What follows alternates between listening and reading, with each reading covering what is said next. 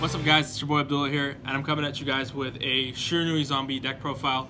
I haven't forgotten about Time Thieves, and I know you guys keep messaging me and telling me I can't build a deck without dangers.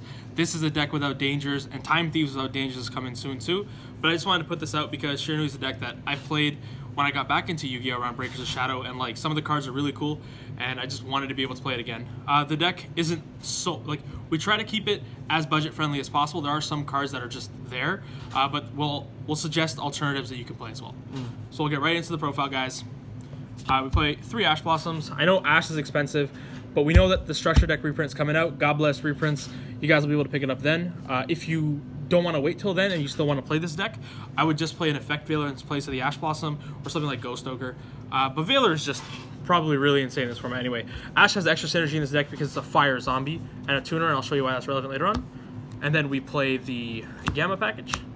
And Gamma is just insane because it's one of the few hand traps that not only shut out these combo decks, but it also just gets rid of the problem. Like, Gamma negates and destroys, which is super relevant in this format, like removing a body from board like a Saryuja or something like that to lock your opponent out of the zones or stop a summon sources. It's really powerful. In our deck, it has other applications as well, which we'll get into, but it's just really good. That's all we play for hand traps, guys. Moving on, we'll play the one of Glow Up Bulb. Bulb is really good because it helps us make cards like the Cherry Beast to help the Sky Striker matchup, and it's Glow Up Bulb has had synergy with zombies since this card was introduced, and that does not change today. Moving forward, we'll play the triple Unizombie. Unizombie needs no introduction. The card is nuts. You get a Foolish, you get a discard, change levels. This guy's been in the game for a very long time, and he's been very relevant for as long as he's been in. And there's a combo you can do with Unizombie to end on just 2 cards that'll make you with Omega, Baguska, a bunch of other stuff, and then you'll still have 3 cards in hand.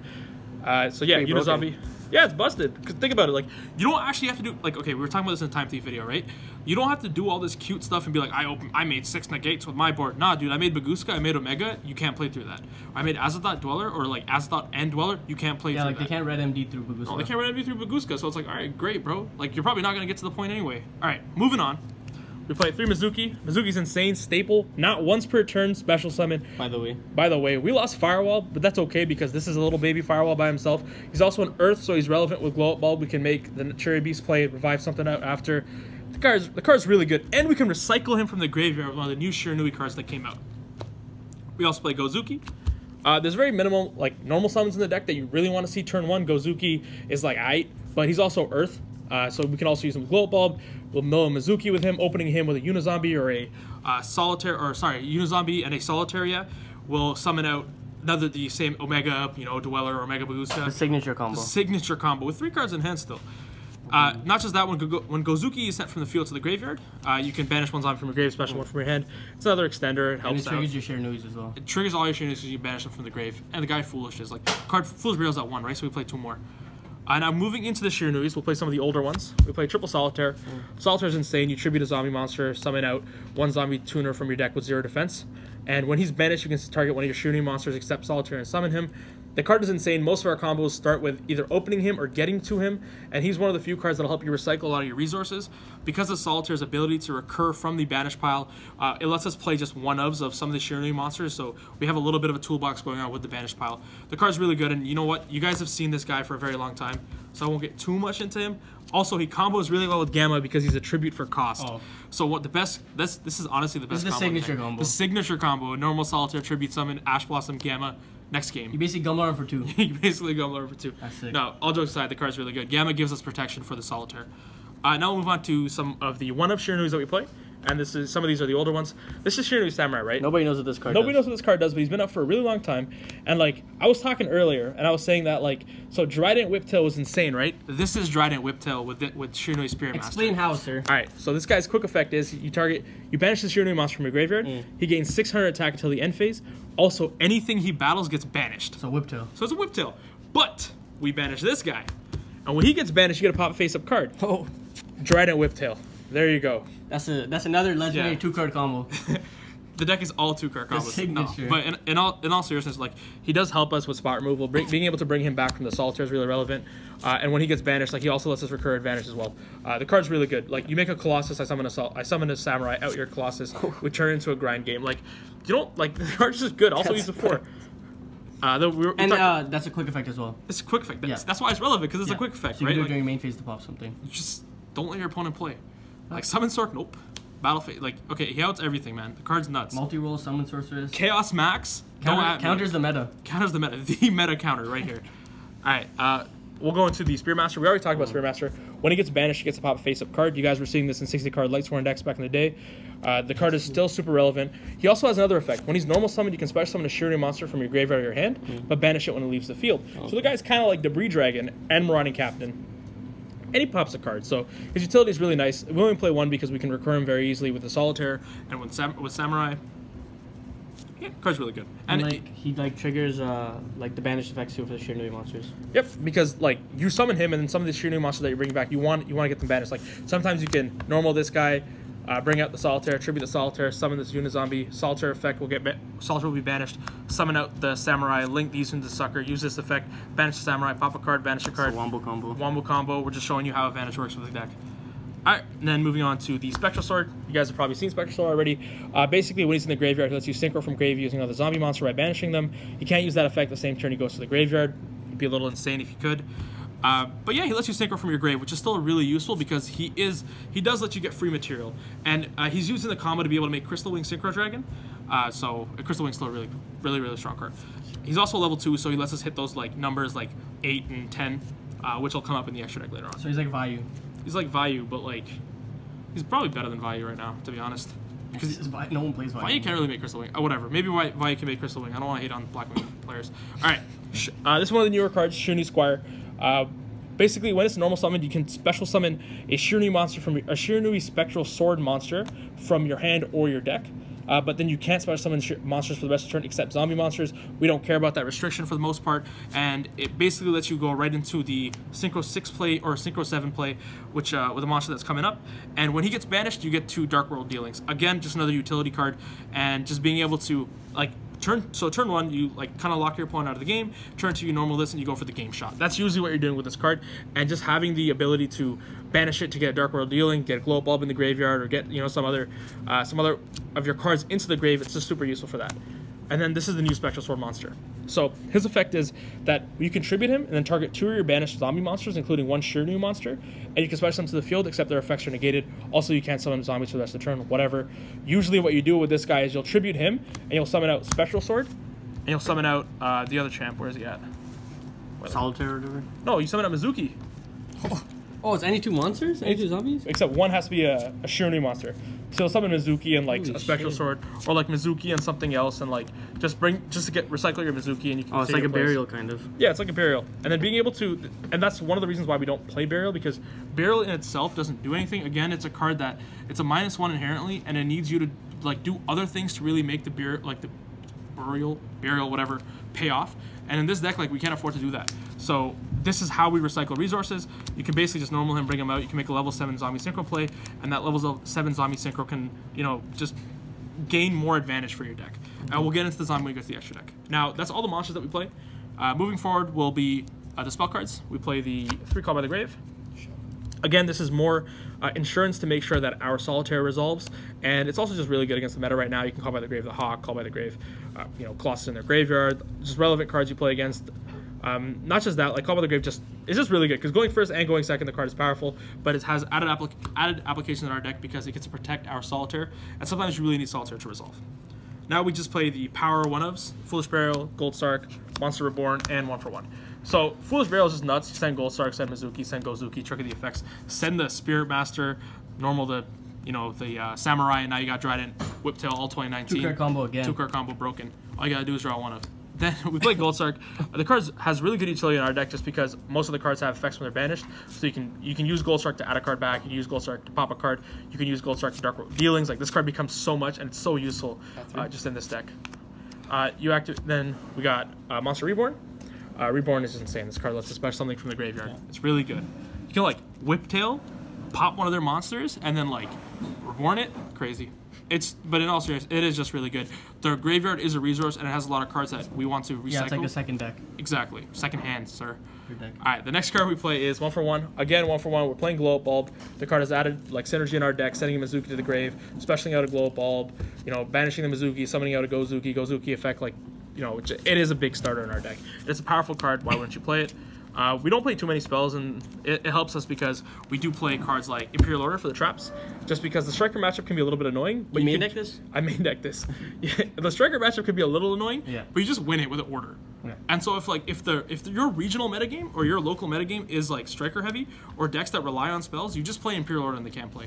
You're playing against that Melody Thunder Dragon build, it really can't play without their spells. You play against Dark Warriors and like sometimes to get started they really need their spell cards, but it really is just against Striker where they go like Widow Anchor, you go Imperial Order, like nice game, bro. Like even Goki rematch Imperial Order, nice. The card's insane. We don't need to explain it. Should be banned. We'll go into then we'll play the Solemn Brigade, the Judgment, the Warning, and the Triple Strike. Again, you go first. You grind your opponent out of the game. These are some of the best 1-for-1s in the game. So this is like a Shiranui zombie control sort of deck. Absolutely, yeah. You want to grind, control your opponent out of the game, and just kill him on resource and just kill him with like your big ass monsters. These cards are all really good just because you can stop Danko. The cards are really good. They trade 1-for-1, but they're the best 1-for-1s in the game, and so we make space to play them, and it lets our other plays go through. And now we play one of the best cards in the deck. What does this card do? So this is like Icarus attack on steroids, right? So what its effect is, you get to tribute a zombie monster you control, then pop 2 cards on the field, and then banish a Shiranui monster from your deck. Okay. All the Shiranuis trigger when they're banished. This card is better than Icarus attack because you go tribute 1, pop 2, banish Spearmaster, pop a 3rd card. The card is nuts. This is how we win. This is how we simplify the game state. We go strike, whatever, slash. Next turn, like you die because I normal summon Gozuki or Squire or whatever it is. This is how we win our game, and this is one of the win conditions of the deck. So that card can pop like 3 cards basically. Yeah, you pop 3 cards, or you summon one of your banished cards. Like there's a lot you can do with this. Like you don't even have to trigger on their end phase. But this is how we beat decks like Ultrageist and things like that. So that's 40 cards in the main. We don't play anything more. We can't play anything less. So we'll go to the extra deck now. We play the double Vampire Sucker. Sucker's really good just because if you get locked into zombies, it's a link 2 that you can play that'll also generate advantage from when your cards are revived from the graveyard, and it helps you ladder into other plays. The card is just really good. It is our like zombie in archetype link 2, so you'll play 2 of it. Now moving forward, we play more of like these utility cards that we play to help with removal. The Cerberus, the Phoenix, and the Unicorn. Cards we need no introduction. It's all spot removal that are also ladder into each other, like Unicorn pop a back row, then Phoenix pop a back row, then Unicorn pop a back row. Then you can make the Cerberus pop a main deck monster. The cards are really good. We want to have cards in the graveyard anyway. This helps us unclub our hands sometimes. And then we play the new Shiranui Link monster. The card's really good. It's actually just it's generic, so 2 zombie monsters, so generic for our deck. 2300 attack, link 3. Pointers are kind of weird, but its effect is that fire monsters you control, or zombie monsters you control can't be destroyed by card effects, and synchro monsters you control can't be destroyed by card effects, something like that. Whatever. The relevant thing is you summon this, you have your Shiranui synchro on the board, and they can't. It has full protection. They can't destroy it by battle, or they can't target it, can't destroy it by card effects. And but sometimes it's like awkward to get the synchro monster on board, which is where the second effect comes in. Because during your opponent's phase, during your opponent's turn, it's a quick effect. You can summon 1 of your banished zombie synchro monsters. So this lets you put another body on board. So, and some of the zombie synchro monsters trigger when they're summoned and not when they're synchro summoned, like Shogun Saga and stuff. So it is really useful, and it does help us toolbox. Again, we have access to a card like this, we have the extra deck space, and the card's really powerful in that the protection that it provides. Moving on, we'll go into the Xyz. We play the Baguska and we play the Dweller. These are the 2 big floodgates of the deck. Baguska, zombies have always played this card, and this card is really good against Thunder Dragons, good against Burning Abyss, good against Dark Warriors, good against, what is that, Going Second stuff? I mean, if they open the Kaiju, whatever. But like, it's good against a lot of these monster-heavy decks in the game, and it's always been like that. Dweller is good against everything. That relies on the graveyard. Best rank 4, you make Dweller, you laugh at him. We'll go into the Synchro plays, which is one of the greatest things about this deck is being able to play the Synchro monsters, and Synchros are some of the most powerful monsters in our game. So just having access to that is just insane. All right, for the 1 Nat Beast, we play Glow Up Bulb. Nat Beast is insane. It's a win button against Sky Striker. Nothing else needs to be said about it. And then we play the Crystal Wing Synchro Dragon. Crystal Wing combos very well with the Spectral Sword in the Grave, where, you know, if you stun your opponent for a turn, then you can summon the Crystal Wing by using Spectral Sword and Solitaire. You'll make a level 6 zombie synchro, you make this guy, and then Solitaire will trigger, bring back the Spectral Sword, then you make the Crystal Wing. There's no restriction of zombie summoning with those guys, so you gotta make Crystal Wing, and this card is still just an insane negate and a body to deal with. And the Shiranui Link monster protects Crystal Wing as well. Shiranui Link monster, because it's still a synchro monster. Then moving on, we play the Omega. Omega and zombies go together forever. Card's nuts. And this is how we Gumblar our opponent in 2019. Hand loop. Hand loop. All right, now we go into the Shiranui Synchro monsters. We go into the Samurai Saga. Samurai Saga's relevance is just that he's a level 6 zombie synchro, 2500 attack. Its effect is you can target one of your banished zombie monsters, shuffle it into your deck, and then You can make all monsters that have less attack than that monster turn to defense position on your opponent's side of the field. We use him to ladder, and sometimes you can kill people with it because he's got 2,500 attack, which is irrelevant in the game. But he mainly is as a ladder piece. Then we go on to the new level 7 Shiranui Squire Saga. Squire Saga's effect is you can banish one zombie monster or one monster from your field or your graveyard, and then apply the following effects based on what you banished. So a zombie monster, if it was a zombie, all your cards gain 300 attack. If it was fire, you can pop a spell or trap on the field, and if it was a synchro, you get to, or sorry, if it was a synchro, you get to pop a monster as well. So the card goes real hard. And these can all trigger all at the same time too. All at the same time. So you contribute itself and do everything. That's usually what you do with it. When you make him, you'll use this effect, banish itself, pop, resolve all 3 effects, make the link monster, bring it back on your opponent's turn, and then it just sits there and generating more advantage. And it doesn't target, which is always really, really nice. And it is the synchro that you go into when you have to summon the Squire, and you bring out the Special Sword Shade. Like, this is the 7 that you're going into. Because that's Squire Saga, so you use Squire and Saga. Sure. Moving on, we play the Shogun Saga. Shogun Saga is one of the best monsters in our deck. When he's summoned, special summon, not synchro summoned, you can banish a zombie monster from your graveyard, then he gains attack equal to that monster's attack. Again, it comes up like where you banish the Spirit Master, 4,500 attack, pop a card, run over a card. Shogun Saga is insane. And just having access to him really helps us beat over some monsters in the game. And like sometimes Striker will leave their monsters in attack position and Eagle Booster it, and we just summon a bunch of synchro monsters, just like pound over it. And then the last synchro we play, my favorite card in the entire deck, Shiranui Sun Saga. So when Sun Saga is summoned, you get to shuffle back cards from your synchro monster from your graveyard in your banish pile, and then you get to pop cards on the field non-targeting equals the number that you shuffled back. Like, that's pretty good.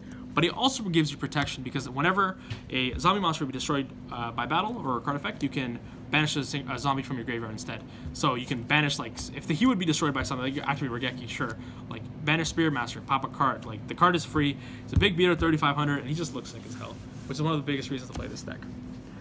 So moving on, guys, like, I wouldn't give this profile if I didn't think the deck could legitimately win games and, like, get you your invite at a regional. I think it definitely has the potential to do that, and I think that with more testing, we can come up with something that's a lot more consistent. This deck is still really powerful and still super consistent in what it does, but there's just more to play with. If you guys want to see a pure Shiranui deck, we do have that coming up. If you want to see a pure zombie deck, again, we have it coming up, and of course, that Phantom Knight deck without the danger monsters. Again, guys, we're super happy and super grateful for all the support that we've gotten. Make sure you guys check out the past few videos to enter our giveaway for the 3 engages, and check out all the links in the description below, our Patreon. I want to give a special shout out to our 3 patrons that we have right now. Thank you guys. Have a great day, guys. Thanks for tuning in.